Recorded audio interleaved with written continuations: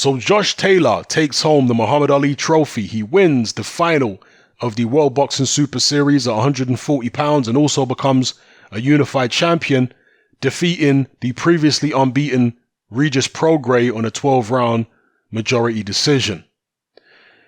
Now, already I'm seeing a lot of people calling this decision a robbery. Any of you who have been subscribed to me for any length of time will know that very, very seldom do I call a decision a robbery. It's very, very rare. My view is that, generally speaking, boxing fans are far too quick to call close competitive fights which didn't go the way that they wanted it to go a robbery. They're far too quick to do that. However, with regards to this Taylor Prograis fight, I did not score it. I was just watching it live and enjoying it, and what a great fight it was. Definitely another fight of the year candidate. So I didn't score it, but at the end of the 12 rounds, the overall impression, the overall feeling that I was left with at the end of the 12 was that Prograis had probably done enough to win. That's the overall impression I had. But again, I didn't score it. In fact, I'll watch the fight again over the next couple days. I'll score it, and then I'll make another video with my scorecard, because maybe I'll see it differently once I've scored it. But yeah, the overall impression I had at the end of 12 is that Prograis had probably done enough to take it. Now, in the early rounds, Prograis was very, very slick. His jab was popping. It was more accurate than Taylor's jab. I liked his body shots that he was landing. The first round was real close, but from the second round and for the next few rounds, Prograis was just the sharper of the two for me. Nice body shots. He reddened the side of Josh Taylor's body. Was it the right side? Yeah, the right side of his body was reddened from, I think, left-hand body shots from Regis Prograis. And Taylor was starting to fall behind, not just in terms of losing rounds in the early going, but he was just that kind of one step off Prograis', I don't want to say pace, because Prograis wasn't necessarily throwing loads and loads of punches, but he was just one step ahead, you know? So I like what Prograis was doing early doors. Nice body shots, very sharp jabs, which were piercing through Josh Taylor's guard. And he looked very relaxed. He was moving his upper body. He was making it difficult for Josh Taylor to pin him down and catch him with shots. But in the middle rounds, Regis Prograis seemed to tire very suddenly and dramatically. And part of it, I want to say, is because of Josh Taylor's pressure, because Josh Taylor was trying to box with Regis Prograis in the early going. He applied pressure, here and there, but he was trying to box with him. I don't know whether Shane McGuigan told him something in the corner, midway through the fight, like, you need to step on the gas. But when he did step on the gas, he started having success almost immediately when he stopped trying to make it a boxing match and turned it into a physical fight. And perhaps Prograis was kind of bluffing in a couple of the previous rounds in terms of, making it look as though he wasn't tired, because he's got this kind of swagger about him and this relaxed body language. But when Taylor started pressing the issue, you saw that Prograis was actually really tired. And Taylor was able to bloody his nose. I think there was some blood coming from Prograis' mouth. He started developing facial damage around his eyes. And yeah, as I say, when Taylor applied pressure, Prograis looked like at one point in the fight, particularly later on, that he was actually starting to wilt. And that if Taylor really put his foot on the gas, he might even be able to force a stoppage. That's what I was thinking at the time. Now, it's easy for me, somebody who, had a few amateur fights at super heavyweight, so I've never had to make weight. It's easy for me to sit here watching and saying, why is Taylor taking his foot off the gas? He needs to apply more pressure. If he applies more pressure, he might be able to get Prograis out of there, because that's what was happening in a lot of the rounds. After Taylor decided he was going to take the bull by the horns, is he would apply some good pressure, get Prograis under control, and then he'd take his foot off the gas and start moving around. And in those moments, Prograis was able to start getting shots off again. So it was kind of puzzling as to why Taylor was doing that. But as I say, he is a 140 pounder and a very big one. So he probably can't fight a physical fight all out, 3 minutes of the round. He has to take parts of the round off. He has to, think more about pacing himself because he's so big at the weight. I know he says he makes the weight easily and stuff like that, but when he gets in the ring, he's definitely not anywhere near 140 pounds. So I'm assuming that's why Taylor was taking parts of the rounds off, even when he was starting to have more success, because he just, didn't have it in the tank to go all out every round through the second half of the fight. But yeah, he started picking up rounds in the second half. He definitely picked up a couple rounds in the first half of the fight too, but it was mostly Regis Prograis.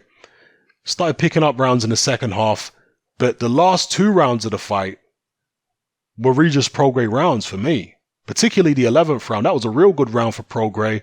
12th round, I had Prograis taking it, and I think even the 8th round, let me not say the 8th round because I can't remember how that went, but I was at times chiming in on my Facebook boxing group and just saying, okay, I think Prograis won that round, or I think Taylor won this round, etc., etc.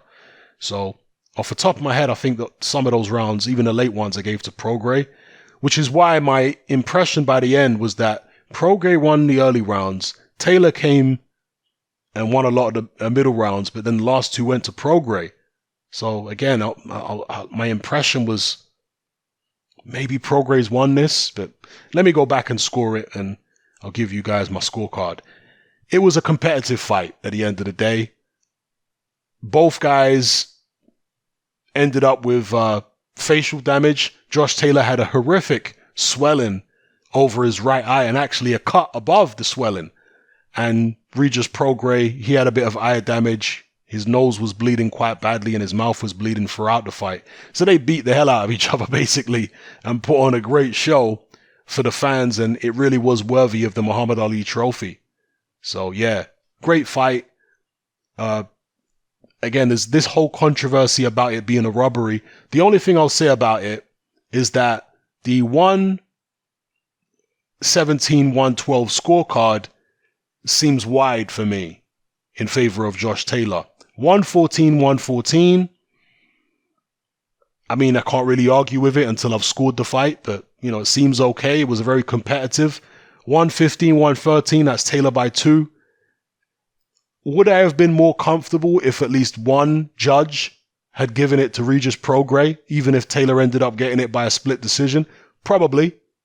But as I keep saying, I'm repeating myself here, I want to go back and watch the fight again and score it. I don't want to give you guys any kind of hasty conclusion, not having scored the fight round by round.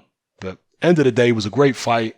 And if the World Boxing Super Series or any of the sanctioning bodies feel that there was some controversy by way of the result, maybe they can order a rematch and run it back. I wouldn't be complaining because it was a great fight first time around. Love to see it again. Josh Taylor becoming the unified 140-pound champion in just his 16th fight. Was it his 16th? It must have been, right? Yeah, his 16th fight. Regis Prograis was 24-0. You have to give him a tremendous amount of credit. Even if you think this fight was razor close and what have you, to be fighting at this level and, holding your own at this level after just 16 fights is impressive. Obviously, Josh Taylor had an extensive amateur background, but it's not like he was a dominant force in the amateurs. He wasn't a Vasyl Lomachenko.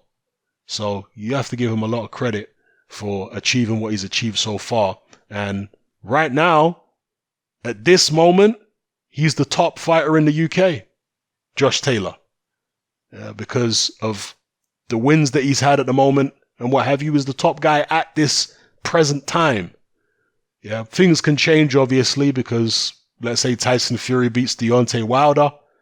Let's say, I don't know, Anthony Joshua destroys Andy Ruiz, then goes beat somebody else.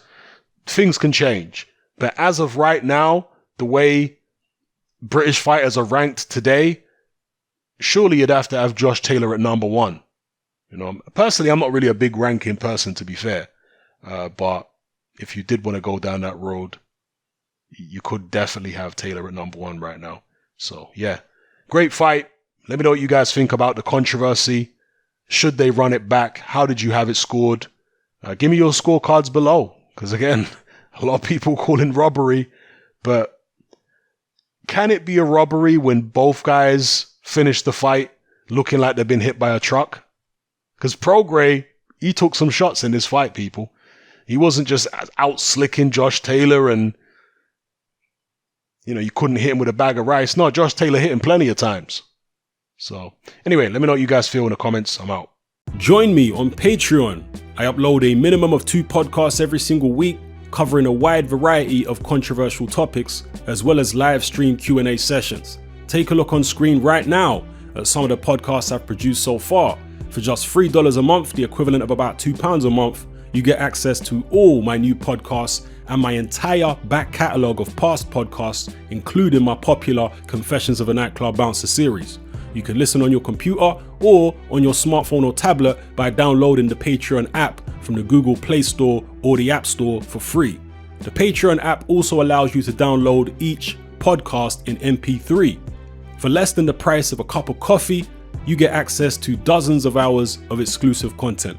It's easy to sign up, there's no contract, and you can cancel at any time. So come and join our community of free and critical thinkers by signing up with me here on Patreon today.